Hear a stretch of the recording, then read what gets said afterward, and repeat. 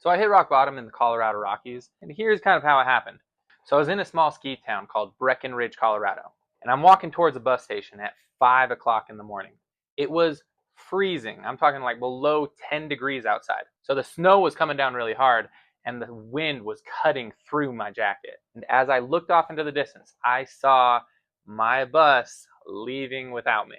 And the next one wouldn't even be here for another half hour. So how did I get here? Only 6 hours earlier, I had a girlfriend of 3.5 years.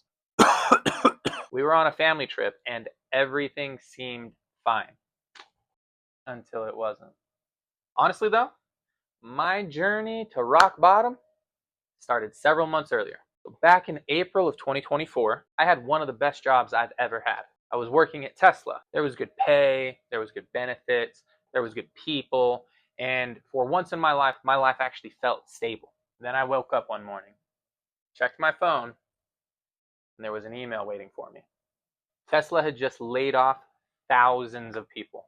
I was one of them. A full year of finally feeling stable, gone, just like that. So I did what a lot of people do when their life falls apart. I told myself it was actually a good thing. I decided to start a permanent jewelry business. And honestly, it worked. I was booking events, I was making money, and I felt like I finally had it all figured out again. And for one whole summer, I thought I'd cracked the code. Then September hit, and everyone went back to school. No one was buying permanent jewelry anymore, so the money that came in so fast left just as fast. So I tried again, this time with laser engraving.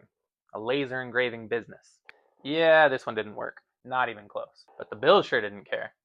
My debt didn't care. I was also paying $600 a month in alimony and another $600 a month in child support. Suddenly, the money just wasn't there anymore. Eventually, I had to start pulling money out of my own retirement account just to survive. And then one day, I asked my girlfriend if she would dip into her retirement account too. The second I asked that question, I couldn't believe who I was anymore. I was asking the woman I loved to pay alimony for another woman and child support for another woman's child. Honestly, that should have been my wake-up call, but it wasn't. At least not yet. So by the time we finally got to Breckenridge, Colorado, I wasn't just dealing with a failing relationship.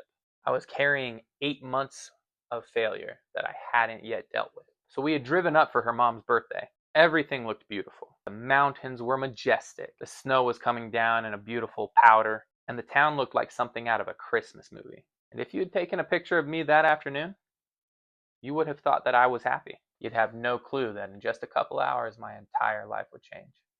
That night, my girlfriend and I got into a fight, and I genuinely don't even remember what it was about. We argued about dumb stuff all the time. I shut down, acted like a baby, and gave her the silent treatment. A couple hours later, she asked if I could step into the hallway and talk. Honestly, I thought we were about to make up, hug it out, go back inside, and everything would just go back to normal. Instead, she ended things. 3.5 years gone in just a couple sentences. But I had another issue to worry about. My car wasn't even in Breckenridge, Colorado. I had driven up with her family. My car was hours away in Grand Junction, Colorado. Obviously, I wasn't going to ride back with her family, so I booked the first bus out that I could find at 5 a.m. It was currently 2:30. Obviously, I didn't sleep. I couldn't. My mind was racing. So finally, at 4:30, I started walking. It was 2 miles down the mountain to the station. I honestly don't even remember being that cold, just because I was so numb. And then the best part happened. Halfway there, I put my hand in my pocket. The keys weren't there. What an idiot! It's a lot funnier now thinking about it than it was in the moment. But, yeah, no, that sucked. But to be honest, I did kind of chuckle a little bit, just because it was like the perfect fitting to the worst night of my life. So I walked back up the mountain, grabbed my keys, walked back down. So I got to the bus station 5 minutes after the first bus already left. The next one wouldn't even get there for 25 minutes. So I just sat there alone. It was still dark out, and I began to ponder. I was $50,000 in debt. I was 240 pounds, 60 pounds heavier than I was in high school. Every business I had tried, I had failed. So I asked myself one question, not, why is everything happening to me? I was done letting myself be a victim. Instead, I asked, how did I let myself get into this position? And more importantly, how can I start to get myself out? I didn't know it at the time, but that one question would start to change my life. I got on that bus a completely different person than the one who'd shown up in Colorado. Not because I had it all figured out. I didn't.